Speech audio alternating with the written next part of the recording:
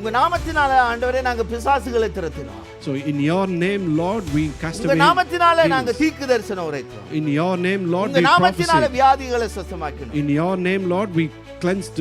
அப்படியே அவர்கள் சொல்லும்போது ஆண்டு சொல்ல பிதாவே உங்களை அறியார்ன்றார்.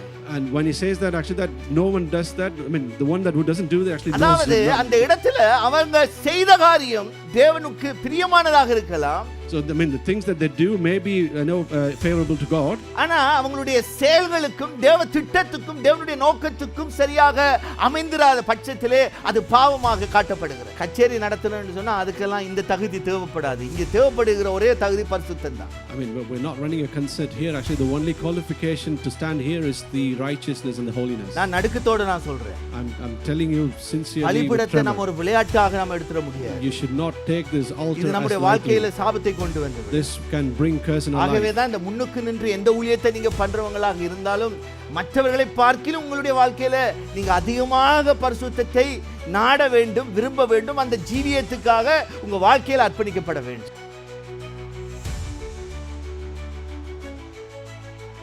ரோமர் புத்தகம் 6வது அதிகாரம் 23வது வசனத்துக்கு நேராக வேதத்தை திருப்பலாம். பாவத்தின் சம்பளம் மரணம், தேவனுடைய கிருபை வரமோ நம்முடைய கர்த்தராகிய இயேசு கிறிஸ்துவினால் உண்டான நித்திய ஜீவன்.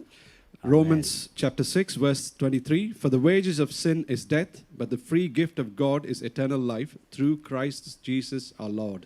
அவன் இந்த இடத்திலே இருக்கிற இந்த வசனம் மிக ஒரு முக்கியமான ஒரு சத்தியம். It is an important truth that is given to us in this place. இந்த இடத்துல சொல்லப்படுகிற அந்த முதல் பகுதியிலே பாவத்தின் சம்பளம் மரணம் என்கிற வார்த்தையை நாம பார்க்கிறோம். So we're going to look into this first part of this verse, for the wages of sin is death. கர்த்தருக்கு சித்தமானால் இதை 2 வாரமாவது தொடர்ச்சியாக கொடுக்கலாம் என்று நான் நினைக்கிறேன். If God willing, I want to continue this part again to next week as well. இப்போ இந்த பகுதியிலே சொல்லப்படுகிற அந்த வார்த்தையினுடைய முதல் வார்த்தை அந்த பாவம் என்கிற ஒரு வார்த்தையை நாம பார்க்கிறோம். So the first word, half of the verse gives us the word the sin of wage of sin is death. அந்த பாவம் என்கிற வார்த்தையை நாம முதலாவது பார்க்கிறோம். We need to focus on the word sin. அந்த பாவம் என்கிற வார்த்தை மிகவும் கிறிஸ்தவத்தில் மாத்திரமல்ல ஆண்டவருடைய படைப்பிலேயே பெரிய ஒரு தாக்கத்தை ஏற்படுத்திய ஒரு வார்த்தை. So that sin, it's not only in his in God's kingdom, but it's something that it's going to have a huge impact on us. இப்போ இந்த இடத்துல சொல்லுகிறது அந்த பாவத்துக்கான ஒரு கூலி இருக்கு, அது மரணம் அப்படினு சொல்லுகிறது. So in this place it says that the wage of the sin is death. இப்போ இந்த பாவம் என்ற வார்த்தையை நம்ம அதிகமாக அடிக்கடி யூஸ் பண்ணுவோம். So we use this word sin in many times. ஆனா பாவத்தை குறித்து நம்ம ரெண்டு விதத்துல யூஸ் பண்ணுவோம். We can use this word sin in two different aspects. ஒன்று பாவம் என்பது பாவத்தை குறிக்கிறதுக்காக பயன்படுத்துவோம். So one, that sin refers to sin itself. இன்னொரு வார்த்தை பாவம் என்பதை நாம பரிதாபத்தோடு பார்க்கிற நிலைக்கும் அந்த வார்த்தையை என்ன செய்கிறோம், ஐயோ பாவம்னு சொல்லி பயன்படுத்துகிறோம். So the other way we could also use this word sin in a pitiful way as well. So ஆனா இந்த பாவம் என்கிற வார்த்தையினுடைய அந்த கொடூரமான அந்த தன்மையை நாம் என்ன செய்ய வேண்டும், அறிந்திருக்க வேண்டும். So we need to understand the wickedness of the sin.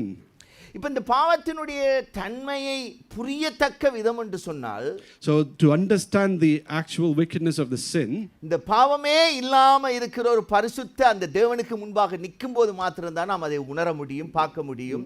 நம்முடைய அந்த பாவத்தினுடைய தன்மை எவ்வளவு கொடூரமான என்பதை கண்டுகொள்ள முடியும். We can only clearly understand the deeper meaning of the sin when we stand in front of the God that who is sinless and the expansion of that. இதை குறித்து நான் ஏசியா புத்தகம் 6வது அதிகாரம் 5வது வசனத்திலிருந்து இருக்கிற சம்பவத்திலிருந்து காட்ட விரும்புகிறேன். So to refer further on this, actually I want to show you from Isaiah chapter 6 verse 5. அந்த பகுதியிலே நீங்க வாசிக்கும் போது ஏசியா என்று சொல்லப்படுகிற ஒரு பரிசுத்த தீர்க்கதரிசியை குறித்து வாசிக்கிறோம். So when we read in this that we could refer to a prophet called Isaiah in this. அவன் கர்த்தருடைய வார்த்தையை என்ன செய்கிறான், இஸ்ரவேல் ஜனங்களுக்கு போதிக்கிறவனாக எச்சரிக்கிறவனாக இருக்கிறான். He is a man of God that who was proclaiming God's word to the Israelites. அந்த கடைசி 5 அதிகாரம் வரைக்கும் தேவ ஜனங்களை எச்சரித்துக் கொண்டிருந்த அந்த தேவ மனுஷன், So the man of God who been warning the Israelites up until chapter 5, தேவனுடைய பரிசுத்த பிரசன்னத்துக்கு முன்பாக தேவனுக்கு முன்பாக நிற்கும்போது தன் நிலையை உணர்ந்து கொள்கிறான். so when he stands in front of sinless God, that he understand of his own presence. அதுவரைக்கும் அவனுடைய நிலை என்ன என்பதை அவனால உணர முடியல. So until then he didn't even know what his status were. இப்போ நான் உங்களுக்கு என்ன சொல்ல வருகிறேன்னு சொன்னால், What I'm trying to say is, இந்த பாவத்தினுடைய நிலையை உணர்ந்து கொள்வது என்பது சாதாரணமாக மற்ற உலக காரியங்களால கண்டுகொள்ள முடியாது. so we cannot understand the nature of the sin within us in front of the worldly things. தேவனுக்கு முன்பாக தேவ பிரசன்னத்துக்கு முன்பாக நிற்கும்போதுதான் அந்த பாவத்தினுடைய நிலை எவ்வளவு மோசமானது என்பதை நாம கண்டுகொள்ள It's முடியும். only when we stand in front of a sinless God we can understand the extent and the impact of the sin in our lives. இப்போ அந்த அதே அதிகாரம் 5வது வசனம் சொல்லுகிறது, So in the same verse, same chapter, verse அவன் 5 சொல்லுகிறான், says, ஐயோ நான் அதமானேன் என்ற ஒரு வார்த்தையை he பயன்படுத்துகிறான். says that it's all over, I am என்ன doomed. சொல்லுகிறான், நான் என்ன ஆயிட்டேன், செத்து போயிடுவேன் அப்படின்ற மாதிரி கதறுகிறான். So what he says, he clearly refers to that, I am going to die. So ஆண்டவருடைய சமூகத்தில் அவன் வந்து நிற்கும் வரைக்கும் அவனுடைய நிலை, அவனுடைய வாழ்க்கையில் இருக்கிற பாவம் அவனுக்கு தெரியல. Until he came in front of the sinless God, he didn't realize this wickedness and the sin nature that he had in his life. ஆண்டவருடைய கிருபையை அந்த இடத்துல ஆண்டவர் காண்பிக்கிறதை பார்க்கிறோம். We can see God shows his grace upon அங்க him. பலிபீடத்தில் இருந்து ஒரு அக்கினி தலையில கொண்டு வந்து அவனுடைய உதடை தொடுகிறார், அவன் பரிசுத்தப்படுகிறான். So the fire from the altar comes and touches his அவனுடைய lips பாவம் and நிவர்த்தியானது என்று it எழுதப்பட்டிருக்கிறது. says that his sin has been forgiven. அப்போ இந்த இடத்துல மிக முக்கியமாக நாம கண்டுகொள்ள வேண்டிய காரியம், The one important thing that we need to understand from this இப்ப passage is, பாவத்துக்குரிய வரைவிலக்கணத்தை நான் உங்களுக்கு எவ்வளவாக சொன்னாலும், I can describe, I mean, however much I can describe about the sin to you, வேதத்தில் பாவத்தினுடைய தன்மையை குறித்து எவ்வளவாய் விவரித்து சொல்லப்பட்டிருந்தாலும், however much that the sin has been described in the Bible, நானும் உபதேசிக்கிற நானும் நீங்களும் ஆண்டவருடைய சமூகத்தில் ஆண்டவருடைய பிரசன்னத்துக்கு முன்பாக நிற்கும் போதுதான் என்னுடைய நிலை என்ன என்பதை உங்களுடைய நிலை என்ன என்பதை அறிந்து கொள்ள முடியும். including me who is preaching this word, and you alone, you also stand, unless and when we stand in front of the sinless God, we can understand the sin is weakness within us. அந்த நிலையோடு நாம் இருக்கிறதற்காக நான் இந்த வார்த்தையை நான் உங்களிடத்தில் பேசல. I'm not preaching this word so that you stand in those kind of ஆனா situations. வேதத்தில் இதை குறித்து ஆழமாக சொல்லி இருக்கிற சில சத்தியங்களை உங்களுக்கு முன்பாக நான் காண்பிக்க விரும்புகிறேன். I want to bring forward to you about the promises and the truth that is described about the sin in the Bible to தேவ you. சமூகத்தை, தேவனுடைய பிரசன்னத்தை நாடுகிறவருடைய வாழ்க்கையில பாவங்கள் அது குற்றப்படுத்தப்பட்ட காரியங்களாக இருந்தாலும், அவங்களுடைய வாழ்க்கையில மறைக்கப்பட்ட காரியங்களாக இருந்தாலும், தேவ சமூகத்தில் வரும் பொழுது அது நிச்சயமாக கண்ணாடியை போல அதை வெளிப்படுத்தியே தீரும். So those who see God's presence, when they come to the God, whatever the sin or wickedness, the secret things that you have within you will be revealed to you in the presence of God. ஆனா அதே நேரம் நீங்க என்னத்தை பார்க்க வேண்டும் சொன்னால், வார்த்தை நம்முடைய கையில தந்திருக்கிற இந்த வேத வார்த்தையை வாசிக்கும் பொழுது பாவத்தை குறித்து எப்படியெல்லாம் சொல்லப்பட்டிருக்கிறது என்கிற அந்த சத்தியத்தை பார்க்கும் பொழுது அந்த சத்தியமும் நம்மளை சுத்திகரிக்கிறது, சத்தியமும் நம்மை விடுதலையாக்குகிறது. At the same time, when we see the description of the sin within the word of the God, when we read on to those things, that also reveals to us what needs to be changed within us. இப்போ இந்த வார்த்தைக்கு new டெஸ்ட்மென்ட்ல இதே அந்த 6வது அதிகாரம் 23வது வசனத்துக்கு கிரேக்க வார்த்தைகள், சில வார்த்தைகள் யூஸ் பண்ணப்பட்டிருக்கு. So I mean, in the New Testament, in the same chapter 6, there's few Greek words has been used to describe sin. அதுல சொல்லப்பட்ட ஒரு மிக முக்கியமான வார்த்தை, So the important word that's said there, anomia என்ற ஒரு வார்த்தை யூஸ் பண்ணப்பட்டிருக்கு. a word called anomia has been used. Anomia. அப்படி அந்த அனோமியா என்ற வார்த்தையினுடைய அர்த்தம் என்னன்னு சொன்னால், What is the meaning of the anomia mean? மீறுதல் என்ற அர்த்தத்தை அங்கே காட்டுகிறது. So it means that அந்த சட்டத்தை மீறுவதை அது குறிக்கிறது. you're becoming lawlessness. That's why it refers to. 1 John chapter 3 verse 4 அந்த வசனத்தை பார்க்க முடியும். So we can see 1 John chapter 4 verse chapter 3 verse 4. Chapter 3 verse 4 we can see. அங்கே சொல்லுகிறது, பாவம் செய்கிற எவனும் நியாயப்பிரமாணத்தை மீறுகிறான், நியாயப்பிரமாணத்தை மீறுகிறதே பாவம் என்று எழுதப்பட்டிருக்கிறது. So it says everyone who sins is breaking God's law, for all sin is contrary to the law of God.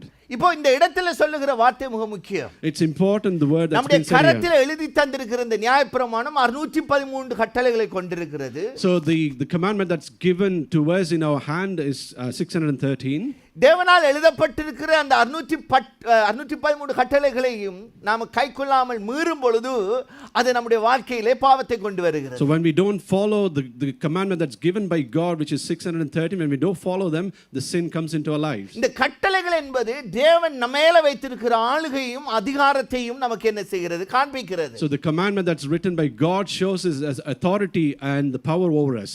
அப்போ அதை நாம மீறும் பொழுது என்ன செய்கிறோம் என்று சொன்னால் ஆண்டவருடைய கட்டளைக்கு எதிரானவர்களாக நிற்கிறதை அது காட்டுகிறது. So when we do not follow the commandment, what it shows is actually that we are standing against God.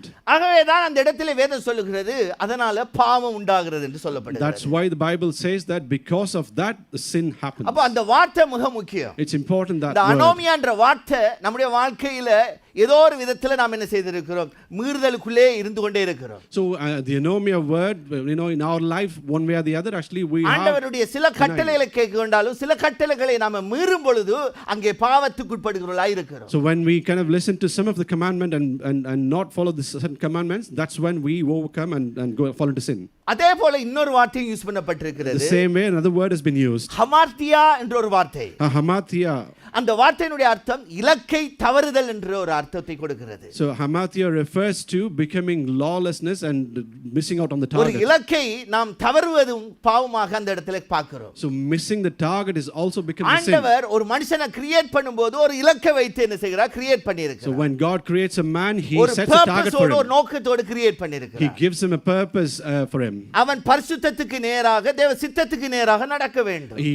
The only thing is he should walk towards God and walk towards the தேவன் holiness of நமக்காக God. நியமித்த இலக்கை அல்லது நோக்கத்துக்கு நேராக நாம செயல்படாத போது அது பாவமாக மாறுகிறது. So when we don't follow God's commandment and go towards God and becomes a sin in our life. இதனால தான் நியூ டெஸ்டமென்ட்ல ஜீசஸ் சொல்லும்போது ஒரு வார்த்தையை சொல்லுவாரு. And this is why Jesus in New Testament says one word. உங்க நாமத்தினால ஆண்டவரே நாங்க பிசாசுகளை துரத்தினோம். So in your name Lord we cast உங்க away நாமத்தினால நாங்க demons. தீர்க்கதரிசனம் உரைத்தோம். In your name Lord உங்க we நாமத்தினால prophesied. வியாதிகளை சுத்தமாக்கினோம். In your name Lord we cleansed. அப்படியே அவர்கள் சொல்லும்போது ஆண்டு சொல்ல பிதாவே உங்களை அறியார்ன்றாரு. And when he says that actually that no one does that, I mean the one that who doesn't do that actually knows. அதாவது அந்த இடத்துல அவங்க செய்த காரியம் தேவனுக்கு பிரியமானதாக இருக்கலாம். So I mean the things that they do may be favorable to God. ஆனா அவங்களுடைய செயல்களுக்கும் தேவ திட்டத்துக்கும் தேவனுடைய நோக்கத்துக்கும் சரியாக அமைந்திராத பட்சத்திலே அது பாவமாக காட்டப்படுகிறது. So, but when their intention and purpose doesn't align with God's purpose, it becomes a sin in them life. அப்ப மிக முக்கியமாக நாம இதை புரிந்திருக்க வேண்டும். We need to clearly understand this important இப்ப நாம தேவ வார்த்தைகளை தியானிக்கிறோம். we meditate on God's word. தேவனுக்காக ஏதாவது செய்ய வேண்டும் என்று விரும்புகிறோம். We decide to do something for God. ஆனா தேவனுடைய சித்தத்துக்கு எதிராக ஓடும் பொழுது அது பாவமாக காட்டப்படுகிறது. But when you run away from God's purpose, it சில becomes a நேரங்களில் sin. தேவ சித்தம் மாதிரி நமக்கு தோணும். I mean sometimes we say actually that we do follow the ஆனா அது தேவ purpose. சித்தத்துக்கு எதிரானதாக இருக்கலாம். It could be that it is against God's அப்ப will. நல்லா இதை நம்ம உணர்ந்து அதை அறிந்திருக்க வேண்டியது அவசியம். It is important that we understand this clearly. சரி, அப்படினு சொன்னா இந்த பாவத்துக்கு ஒரு தோற்றம் இருக்கு பாருங்க. I mean there's a figure to the sin. There's இந்த பாவத்தினுடைய தோற்றம் எப்ப உருவானதுன்றது நம்ம பார்க்க வேண்டும். we're going to look at actually when this the sin has evolved. இப்போ ஜெனசிஸ் சாப்டர் 1 ஆண்டவர் வந்துட்டு நமக்கு அது அழகாக எழுதி தந்திருக்கிறார் அவருடைய படைப்பை குறித்து. God has clearly written to us in Genesis about his creation. ஆண்டவர் அந்த படைப்பை குறித்து எழுதும் பொழுது ஒவ்வொன்றையும் சிருஷ்டித்த போது எல்லாமே நல்லது நல்லது என்று கண்டார் எழுதப்பட்டிருக்கிறது. So it's written in the Genesis when God created, everything was good and everything was right. இப்போ மனுஷனை சிருஷ்டித்த பிற்பாடு ஆண்டவர் சொல்லுகிற ஒரு வார்த்தை, Even after when he created human, he says this verse word. 31 ல இப்படியா சொல்லுகிறார். chapter 1 verse 31. Chapter 1 verse 31 it says. அப்பொழுது தேவன் தாம் உண்டாக்கின எல்லாவற்றையும் பார்த்தார், அது மிகவும் நன்றாய் இருந்தது. சாயங்காலமும் விடியற்காலமும் ஆகிய 6ஆம் நாள் ஆயிற்று. Amen. Then God looked over all he had made, and he saw that it is very good. And evening passed and morning came, marking the 6th day. இப்போ இந்த வார்த்தை மிக முக்கியம். It is important this word. இப்போ ஆண்டவர் மனுஷன் வரைக்கும் அதுக்கு முன்பாக எல்லா அந்த உலகத்துக்கு தேவையான எல்லாவற்றையும் படைத்து விட்டாரு. I mean, God created so many different things before he படைத்த created பிற்பாடு God. உண்டாக்கின எல்லாவற்றையும் பார்க்கிறாராம் அவர். After creating everything, he says that he looks on our all his படைத்த creation. எல்லாத்தையும் அவர் பார்க்கிறாரு, எல்லாமே பெர்ஃபெக்ட்டா இருக்கு. So when he looked at all his creations, it all looked perfect. அப்படி பெர்ஃபெக்ட்டான ஒன்றுக்குள்ள எப்படி பாவம் என்கிறது தோற்றம் வந்ததுன்றதை தான் நம்ம பார்க்க வேண்டும். If so, the creation is, how come sin entered into that? அப்ப We need to see. பாவத்தின் தோற்றம் என்பது பாவம் தேவனால சிருஷ்டிக்கப்பட்ட ஒன்றோ அல்லது தேவனால் உருவாக்கப்பட்ட ஒன்றோ கிடையாது. Sin is nothing that God has created himself. நல்லா இதை புரிந்து கொள்ள We வேண்டும். need to understand this. பாவம் என்கிற காரியத்தை தேவன் சிருஷ்டிக்கவில்லை, தேவன் உருவாக்கவும் இல்லை. Sin was not created by God at all. ஆண்டவர் சிருஷ்டித்தனுடைய நோக்கமே இந்த பாவத்துக்காக ஆண்டவர் என்ன செய்யல, இந்த சிருஷ்டிப்புகளை உண்டாக்கவும் இல்லை. So when the very important reason why God created the creation is not to have sin within himself. அப்ப பாவத்தின் தோற்றம் எங்க உருவாகுது என்று பாத்தீங்கன்னு சொன்னால், When we look to see where the sin actually entered, Isaiah chapter 14ல வாசிக்கும் பொழுது, when you read Isaiah chapter Isaiah 14, chapter 14 verse 14, verse 14, Isaiah chapter 14. அங்கதான் முதலாவதாக நாம பாவத்தினுடைய அந்த காரியத்தை பார்க்கிறோம். And that's where we see the beginning of the sin in our life. என்ன சொல்லுகிறது? நான் மேகங்களுக்கு மேலாக உன்னதங்களில் ஏறுவேன், உன்னதமானவருக்கு ஒப்பாவேன் என்று நீ உன் இருதயத்தில் சொன்னாயோ. ஆமென். போதும். I will climb to the highest heavens and be like the Most High. ஆமென். இந்த இடத்துல பார்க்கிறோம், இந்த பாவம் என்கிறது எங்கே உருவாக்கப்படுகிறது என்று சொன்னால், லூசிபர் என்று சொல்லப்படுகிற ஒரு தேவதூதன் மூலமாக உருவாக்கப்படுகிறது. In this place we could see that the sin actually was started by a Lucifer called God. Lucifer என்கிறவனிடத்துல தான் இந்த சுபாவம், இந்த பாவத்தினுடைய சுபாவத்தினுடைய அடிச்சுவடு ஆரம்பிக்கிறதை இந்த பகுதி காட்டுகிறது. The very base root of sin was created through Lucifer, that அப்ப particular place. தேவதூதர்களை சிருஷ்டிக்கும் போது தேவன் அவர்களுக்குள்ளே பாவத்தை வைத்து சிருஷ்டித்தாரா, பாவம் என்கிறதை தோற்றுவித்தாரான்னு கேட்டா நிச்சயமாக கிடையாது. So we can see that actually when God created angels, he did not create sin within them at all. இப்போ இத கொஞ்சம் நீங்க இன்னும் கொஞ்சம் ஆழமாக பாத்தீங்கன்னு சொன்னா, When we look into deeper way this one, இந்த பாவம் என்பது தேவனால சிருஷ்டிக்கப்பட்ட ஒன்று அல்ல. the sin was not created by God. ஏஞ்சலால உருவாக்கப்பட்ட ஒன்றும் அல்ல. It wasn't even, created through the angel either. ஆனால் இந்த பாவம் என்கிறது என்ன செய்கிறது என்று சொன்னால், அவனுடைய செயல்களிலே தோற்றம் பெறுகிறது. So the sin becomes alive through their actions. புரியுதானே? அவனே நினைச்சிருக்க மாட்டான் இது ஒரு பாவம் என்று அவன் நினைச்சிருக்க மாட்டான். ஏன்னா அவனுக்கு தெரியாது அதுக்கு முன்பாக வரைக்கும் பாவம்ண்டா இதுன்றதே இல்ல. Even Lucifer may not have realized at that point actually it was sin, because until then there was no sin in the world at all. இத கொஞ்சம் இன்னும் கொஞ்சம் ஆழமாக பார்க்கணும்னு சொன்னால், If you want to look into ரோமர் deeper அதிகாரம் further, 5வது அதிகாரம் chapter verse 12 நீங்க பார்க்க வேண்டும். so we can see Romans 5 verse chapter 12. 12 பாருங்க. இப்படியாக ஒரே மனுஷனாலே பாவமும் பாவத்தினாலே மரணமும் உலகத்திலே பிரவேசித்தது போலவும் எல்லா மனுஷரும் பாவம் செய்தபடியால் மரணம் எல்லாருக்கும் வந்தது போலவும் இதுவும் ஆயிற்று. So when Adam sinned, sin entered the world. Adam's sin brought death, so death spread to everyone, for everyone sinned. So இந்த வார்த்தை மிக முக்கியம். பாருங்க என்ன சொல்லுகிறது, பாவம் எப்படி வந்ததாம்.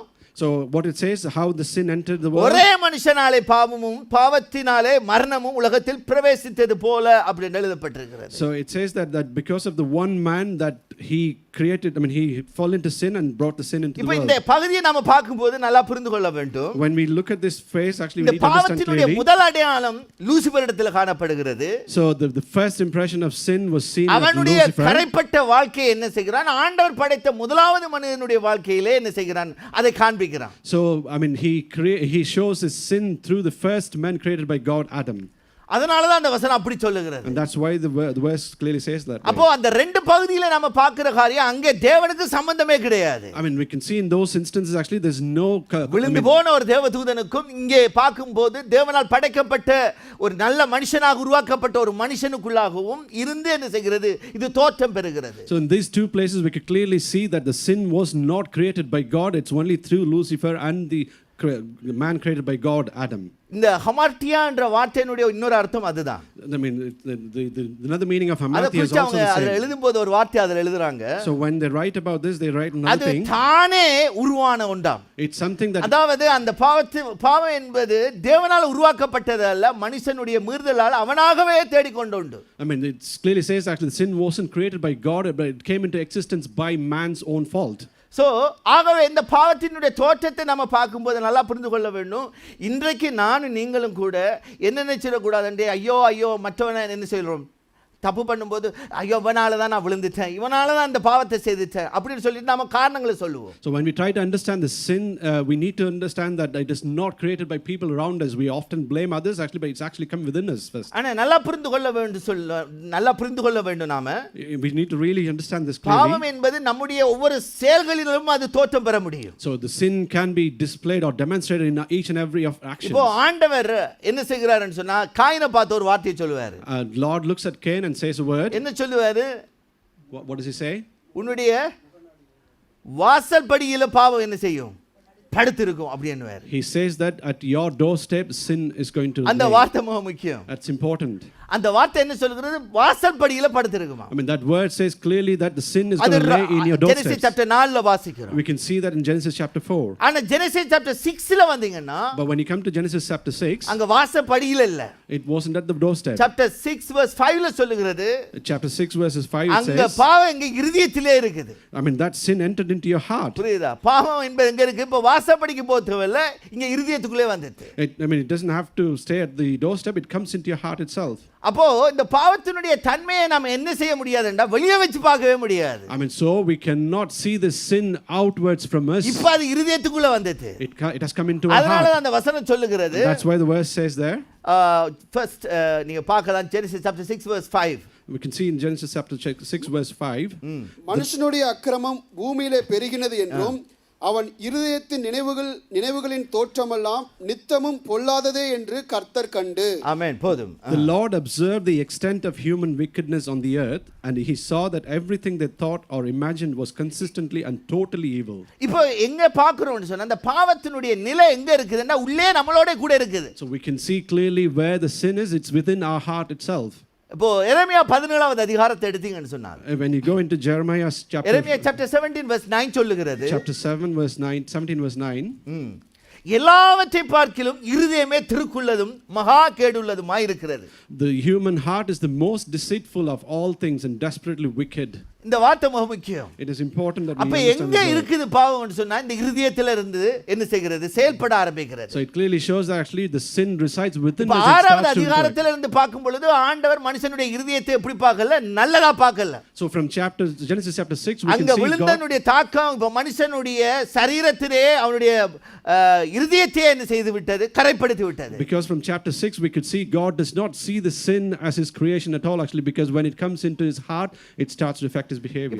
இப்ப பாருங்க நமக்குள்ள சில போராட்டங்கள் இருக்கும் பாருங்க. We do have some struggles even நம்ம within us. சுவிசேஷத்தை சொல்லும் பொழுது நம்ம சொல்லுகிற காரியம் இதுதான். Even when we share gospel we say எல்லாரும் this. பாவிகள் அப்படி என்றோம். We all say that we are all sinners. ஆனா அதை ஏற்றுக்கொள்ள மனதா இருக்கிறவங்களுக்கு நிச்சயம் அந்த பாவத்துக்கு ஒரு விமோசனம் வேணும் அப்படி என்று சொல்ற எண்ணத்தை அடுத்த லெவலுக்கு கொண்டு போகும். But who clearly accept their own sin, God will clearly take him into next step to go. ஆனா நாம எல்லாரும் பாவிகள் என்று சொல்லும் பொழுது நிறைய பேர் என்ன செய்ய மாட்டாங்க? அதை ஏற்றுக்கொள்வதில்லை. So when we declare that we're all sinners, we don't often accept பல it all. காரணங்களே அல்லது பல நியாயமான காரியங்களே அல்லது அவங்களுடைய வாழ்க்கையில் இருக்கிற நல்ல கிரியைகளை பார்த்து விட்டு என்ன செய்கிறார்கள்? அவர்கள் இல்ல நான் பாவி இல்ல அப்படி என்ற லெவல்ல அவங்களே என்ன செய்கிறார்கள்? சமப்படுத்தி வைத்திருக்கிறார்கள். So they do not confess fully sin. Actually they use their righteousness within their life and to overcome, to pronounce that actually they're not fully sinners. ஆனா சங்கீதக்காரன் சங்கீதம் Psalm 51 verse 5 ல சொல்லுகிறான். But Psalmist says in chapter 51, அவனுடைய அறிக்கை மிக முக்கியமான ஒரு அறிக்கை. it's important, his confession is there. ஆண்டவர் தாவீதுடைய இருதயத்தை நல்லது என்று கண்டார் என்று எழுதப்பட்டிருக்கும். God seen Cain heart as good. அவனுடைய உள்ளான அந்த அவனுடைய தோற்றத்தை ஆண்டவர் பார்க்கிறாரு. He looks into his ஆனா அப்படிப்பட்ட அந்த தாவீது சொல்லுகிற ஒரு வார்த்தை, இதோ நான் துர்க்குணத்திலே உருவானேன் அப்படி என்றான்.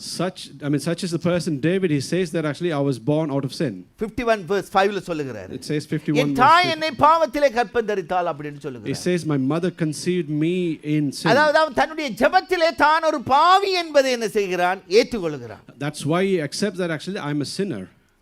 இப்போ இந்த நிலையை நாம் என்ன செய்ய வேண்டும்? கண்டுகொள்ள வேண்டும். We need to understand this situation clearly. நம்ம ஒவ்வொருடைய வாழ்க்கையிலும் இந்த பாவ சாயல் என்பது இருக்கு.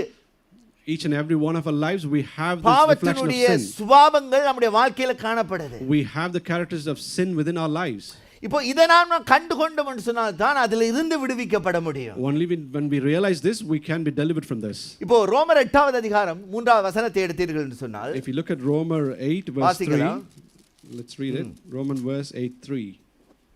அது எப்படி எனில் மாம்சத்தினாலே பலவீனமாய் இருந்த நியாயப்பிரமாணம் செய்யக்கூடாததை தேவன் செய்யும்படிக்கு தம்முடைய குமாரனை பாவ மாம்சத்தின் சாயலாகவும் பாவத்தை போக்கும் பலியாகவும் அனுப்பி மாம்சத்திலே பாவத்தை ஆக்கினைக்குள்ளாக தீர்த்தார். Amen. So the Romans 8:3 says the law of Moses was unable to save us because of the weakness of our sinful nature. So God did what the law could not do. He sent his own son in a body like the bodies we sinners have, and in that body God declared an end to sin's control over us by giving his son as a sacrifice for our sins. அந்த இடத்துல சொல்லப்படுகிற ஒரு முக்கியமான ஒரு வார்த்தை, There's an important thing that's mentioned in பாவ that word. மாம்சத்தின் சாயல் என்ற ஒரு வார்த்தையை யூஸ் பண்ணப்பட்டிருக்கு. So it says that the body of the sinner's image. ஆண்டவராகிய இயேசு கிறிஸ்து பாவ மாம்சத்தின் சாயலை தரித்து கொண்டாராம். Lord Jesus Christ, he bore this sinful nature of the அப்போ body. நம்ம நல்லா புரிந்து கொள்ள வேண்டும். இதை குறித்து ரோமர் புத்தகம் 7வது அதிகாரத்தில் பவுல் அழகாக அந்த காரியத்தை குறித்து விளங்க பண்ணுகிறார். So Paul clearly explains further about this in Romans chapter 7. அந்த பாவ மாம்சத்துக்குரிய சாயல் என்ன செய்கிறது என்பதை நாம் புரிந்திருக்க வேண்டும். We need to understand what the sinful flesh could do.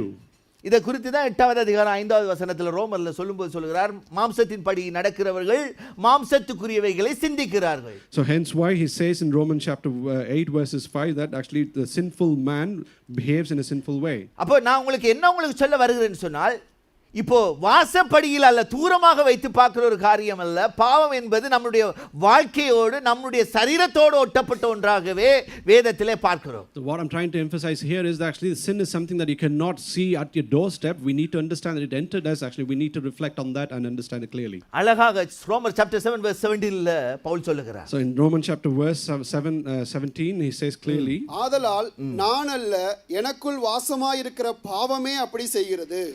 So I am not the one doing wrong, it is sin living in me that does it.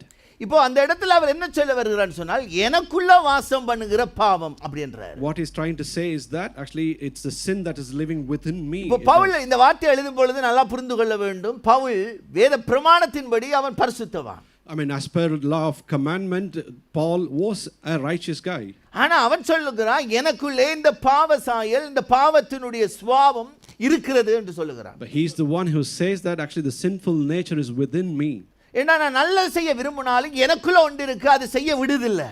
No matter what I try to do good actually, but something's within me that's not நான் நல்லது allowing செய்ய me. விரும்புறேன், ஆனா செய்யப்படாதபடிக்கு தீமையானதை தான் நான் என்ன செய்து கொண்டிருக்கிறேன். Though I try to do good things, but things, I mean, the evil that lives within me is stopping me அவன் from சொல்லுகிறான், doing நான் evil things. நிர்பந்தமான மனிதன் அப்படி என்று சொல்லுகிறான். He says actually I am a committed man. I am a இப்போ இன்றைக்கு சபை மக்கள் நல்லா புரிந்து கொள்ள வேண்டும். the church people should இந்த understand this மாம்ச clearly. சரீரத்திலே நாம இருக்கிறோம். We are living in this, நாம sinless. சரீரத்தில் இருக்கும் பொழுது நம்முடைய வாழ்க்கையில் இப்படிப்பட்ட பாவத்துக்குரிய போராட்டங்கள் டெய்லி லைஃப்ல இருக்கு. So we do have this daily struggle with this sin that lives within us. கிறிஸ்தவம் என்பது நீங்களும் நானும் பரிசுத்தமாக்கப்பட்டவர்களுடைய கூட்டம் அல்ல, பரிசுத்தமாக்கப்படுகிறவர்களுடைய கூட்டம். Christianity doesn't mean that we have been cleansed from sin, but we are being cleansed by sin, from Yes, sin. நம்மள ஆண்டவர் பரிசுத்தவான்களாக பார்க்கிறாரு. Yes, God looks at us righteous. ஆனா அதே நேரத்தில் நாளுக்கு நாள் நானும் நீங்களும் பரிசுத்தமாக்கப்பட்டு கொண்டிருக்கிறோம், மர்வமாக்கப்பட்டு At கொண்டிருக்கிறோம். the same time that we are being cleansed each and every day and also being transformed each and every day. நமக்கு டெய்லி நமக்கு போராட்டம் நிச்சயமாக உண்டு. We definitely will have Pavul struggle சொல்றாருல்ல, every day. மாம்சத்தோட இரத்தத்தோடும் அல்ல அப்படி என்றாரு, ஆவிக்குரிய மண்டலத்தில் இருக்கிற போராட்டத்தை குறித்து பேசுறாரு. The war doesn't limit with the blood and the body, it is the heavenly realm that they struggle going. ஒரு பக்கம் ஆவிக்குரிய போராட்டம், ஆவிக்குரிய உலகத்துல நமக்கு ஒரு போராட்டம் இருக்கு, உண்மைதான். We do have struggle in our heavenly ஆனா realm. டெய்லி லைஃப்ல நாம மாம்சத்தோட போராட வேண்டியிருக்கிறோம். அதனால தான் வேதம் சொல்லுகிறது, அனுதினமும் அவன் தன் சிலுவையை சுமந்து கொண்டு என்னை பின்பற்ற கடவன். I mean, we do struggle with this sin every day, hence why God says actually that take your cross and walk along with me. அப்போ இந்த வார்த்தையை நல்லா பிடிச்சு கொள்ளுங்க. Please hold on to this word எந்த clearly. வாழ்க்கையிலும் உங்களுடைய வாழ்க்கையிலும் நாம் பாவமே செய்யல அப்படி என்று சொன்னோம்னு சொன்னா நாம பொய்யன் என்று வேதம் சொல்லுகிறது. I mean, in your life and my First life, John chapter 1வது அதிகாரத்தில் பார்க்க முடியும். in your life and my life, we can't just say that actually we're sinless because that's what it says. ஆண்டவருடைய in chapter பிள்ளைகள் 1. தான், We are God's ஆண்டவர் children. இரத்தத்தால கழுவப்பட்டவர்கள் தான், We are being cleansed by God's ஆண்டவருடைய blood. மன்னிப்பை பெற்றவர்கள் தான். We have received forgiveness from ஆனா God. அனுதினமும் ஏதோ ஒரு விதங்களிலே நம்மை நோக்கி என்ன செய்கிறது, பாவத்தினுடைய செயல்கள் எழும்ப பார்க்கிறது, தோற்றம் பெற பார்க்கிறது. But each and every day, actually, the nature of the sin comes into us and be displayed within us. உங்களுக்கு என்ன போராட்டம் உங்களுடைய குடும்பத்தில் மனைவியோட பிள்ளைகளோட போராட்டம் இருக்குதோ இல்லையோ, டெய்லி லைஃப்ல பர்சனலாக நீங்களும் உங்களுடைய மாம்சமும் என்ன செய்கிறது, போராடி கொண்டிருக்கிறது. Whether you have a struggle with your wife or children, within your flesh you do have struggle every day. இதுக்கு தான் காலையில எழும்பின உடனே முதல் மாம்சத்தை பலிபீடத்தில் சரண்டர் பண்ணணும். Hence why we say that actually when the first thing when you wake up in the morning, surrender your flesh to the காலையில altar. எழும்பினோடே நம்முடைய கண்களை சிந்தையை எல்லாவற்றையும் ஆண்டவருடைய சமூகத்தில் சரண்டர் பண்ணணும். The moment you wake up, actually you surrender your eyes and thoughts and minds to God. இதனால தான் வேதம் சொல்லுகிறது ஆவியினாலே நீங்க நடத்தப்படுகிறவர்கள் என்று. Hence why it's the Bible says that you're being led by மாம்சத்தினாலே spirit. நடக்கிறவர்கள் அல்ல, நம்ம ஆவியினாலே நடத்தப்படுகிறோம். You're not led by this flesh but led by the spirit. அப்ப நாம காலையில எழுந்து ஆண்டவருடைய சமூகத்தில் நம்முடைய இந்த பழைய இந்த பாவ சரீரமான இந்த சுபாவங்களை சரண்டர் பண்ணாத பட்சத்தில் டெய்லி நம்முடைய வாழ்க்கையில அந்த தோல்விகளை தான் சந்திப்போம். So if you don't surrender yourself first thing in the morning to God, actually you walk in your sin, and we are going to surely come across the failure. அப்ப நல்லா இந்த வார்த்தையை பிடித்துக் கொள்ளுங்க.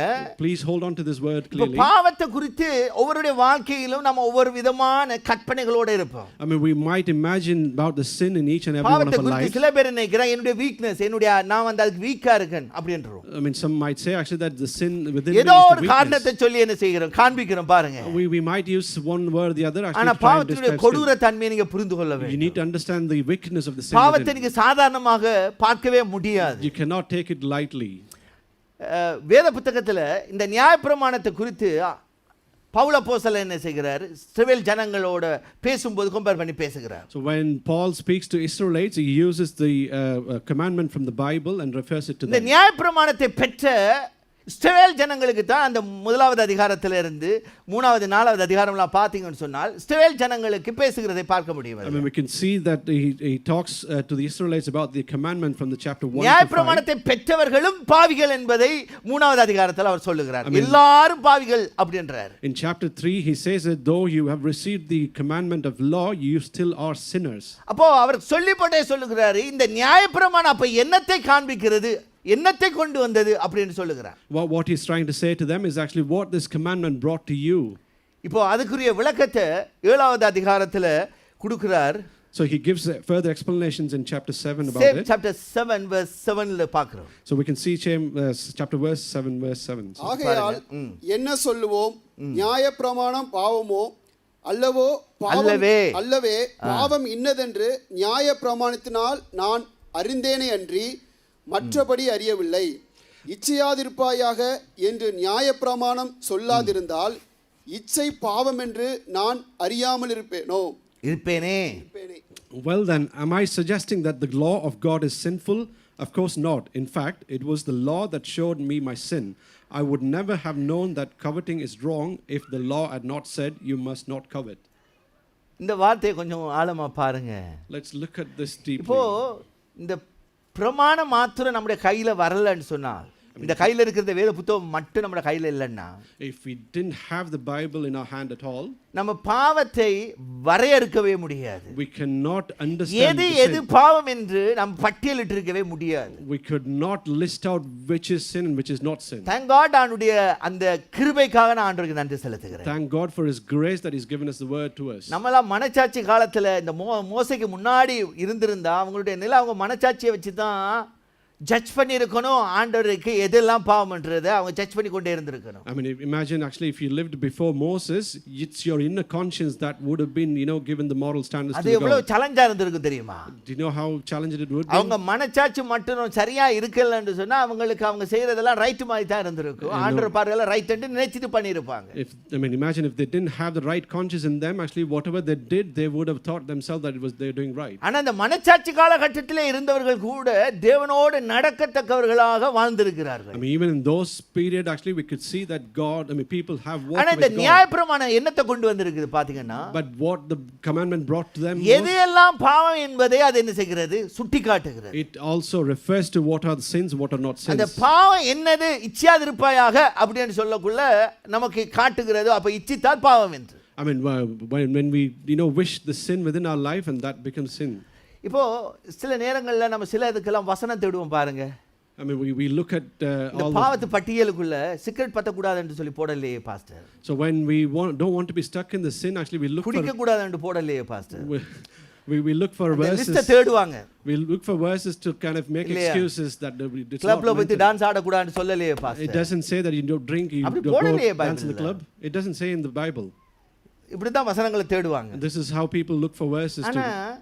ஆண்டவர் கொடுத்த அந்த 613 கட்டளைக்குள்ளேயே ஆண்டவர் இந்த உலகத்தினுடைய சகல பாவத்தினுடைய காரியங்களையும் கண்ணாடியை போல காட்டி விட்டார். But God gave us a commandment, the 613. Within 613, He's given us a mirror of our conscience இந்த about what we not do. Electron இந்த மைக்ரோஸ்கோப் இந்த சொல்லுவோமல்ல, இப்போ நம்ம ஆக சின்ன கிருமிகளை பார்க்கணும் என்று சொன்னால் அந்த கருவி மூலமாக பார்த்தா தான் தெரியும். நம்முடைய வெளிப்படையான பார்வையால பார்க்க முடியாது. I mean, you can't see a microorganism within our naked eye. You have to use the microscope to see them.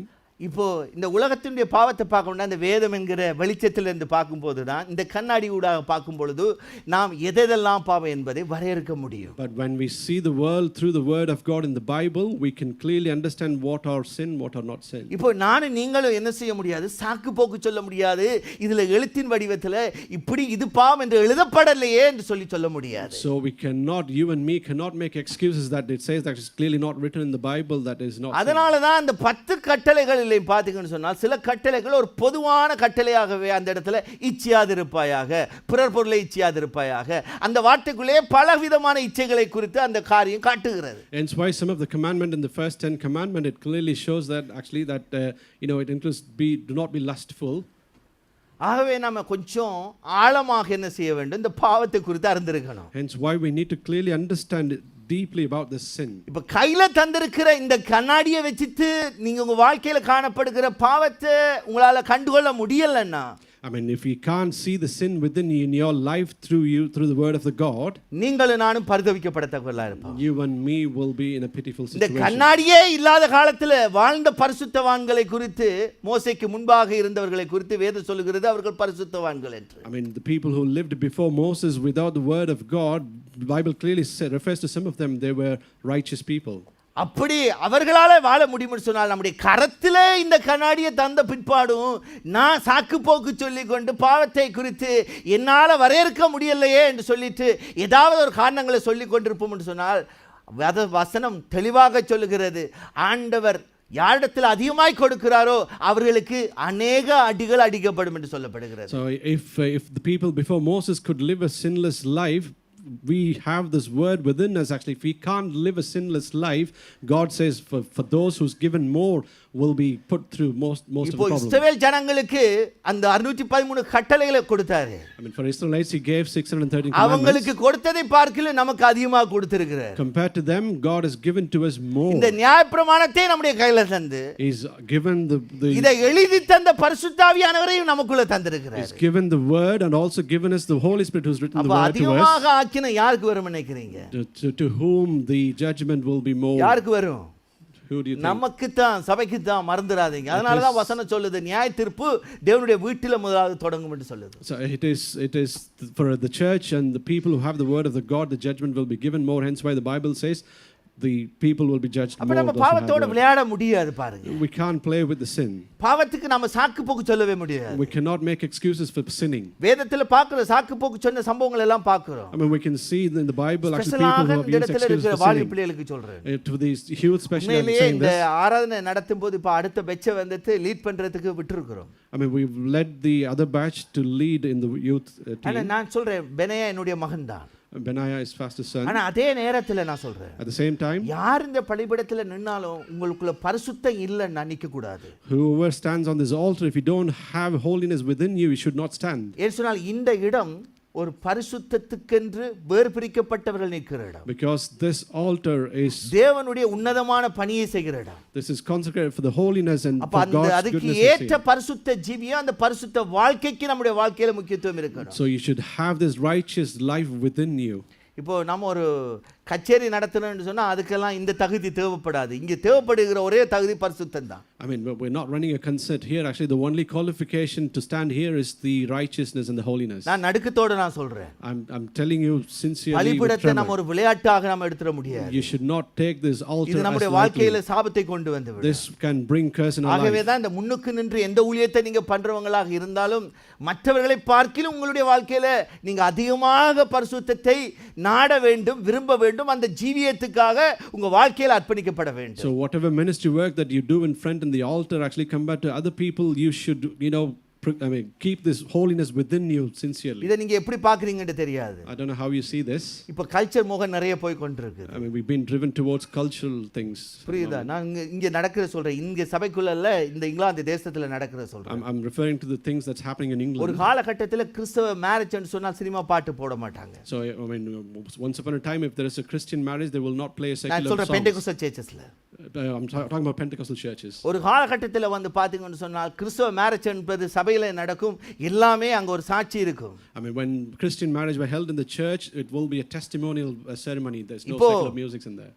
சபைகளுக்குள்ளே நடக்கிற முக்கிய இந்த திருமண காரியங்கள்ல கூட பாத்தீங்கன்னு சொன்னால் அங்கே தாறுமாறமான காரியங்கள் உள்ள நுழைந்துட்டு. But now, when they have a ceremonies within the church, there's been lots of wicked things எப்படி happening. ஒரு உலகத்து ஜனங்கள் பண்றாங்களோ அதே மாதிரி சினிமா பாட்டை போட்டுட்டு என்ன செய்றாங்க, மேரேஜுக்கு அப்புறம் ஆடுகிற காரியங்கள் நடக்குது. The same way how the worldly people conduct there, and similar thing is happening within the church after marriage வரைக்கும் ஒரு நல்ல ஒரு சர்வீஸ் மாதிரி பண்ணி போட்டு அதுக்கு அப்புறம் நைட் கிளப் மாதிரி வந்து சாராயத்தை கொண்டு வந்து வச்சு கொண்டாடுகிற பெந்தெகோஸ்டல் சபைகள் இன்றைக்கு பெருகி கொண்டு. There are Pentecostal churches even nowadays. Actually, they kind of lead the sermon until the marriage. After the marriage, they turn it to a light club. என்னன்னு சொன்னால் இப்போ நம்ம வந்து யாரை பிரியப்படுத்துறோம், யாருக்கு பிரியமா வாழ்றோம்? What is that we are trying to do? Who we are trying to please? இதெல்லாம் இப்ப நடந்து கொண்டிருக்கு. This is all happening nowadays. இப்போ நீங்க இந்த பிள்ளைகள்ட்ட கேட்டீங்கன்னு சொன்னால் இப்ப தப்பு சிகரெட் பத்துறது தப்பே கிடையாது, culture.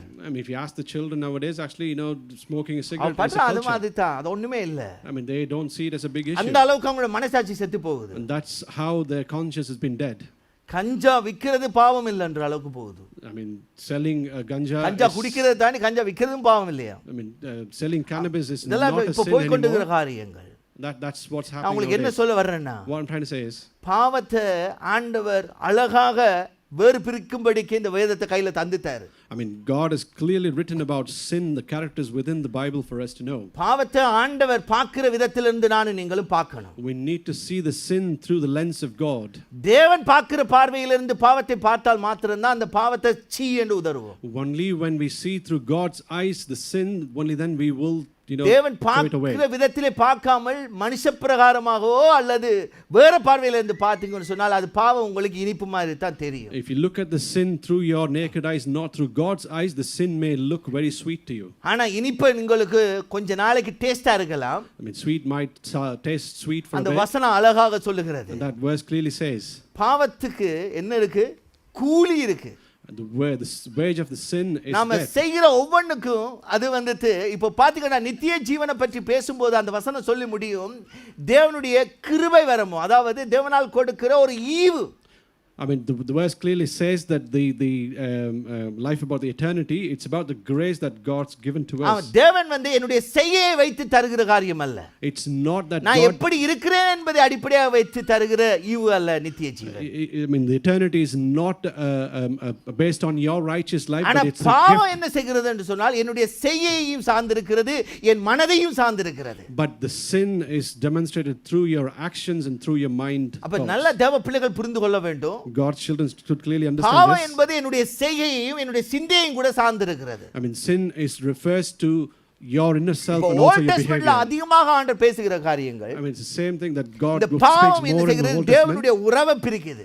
The sin separates you from God's தேவனோடு relationship. இருக்கிற அந்த சத்தத்தை கேட்காதபடிக்கு தடுக்கிறது. It stops you from having to listen to God's தேவனை word. தேடாதபடிக்கு நம்மளை தூரம் கொண்டு வருகிறது. It stops you from searching God and takes you away ஆனா from நியூ God. டெஸ்ட்மென்ட்ல ஆண்டவர் எப்படி சொல்றாரு பாருங்க. But in the New Testament, God says this.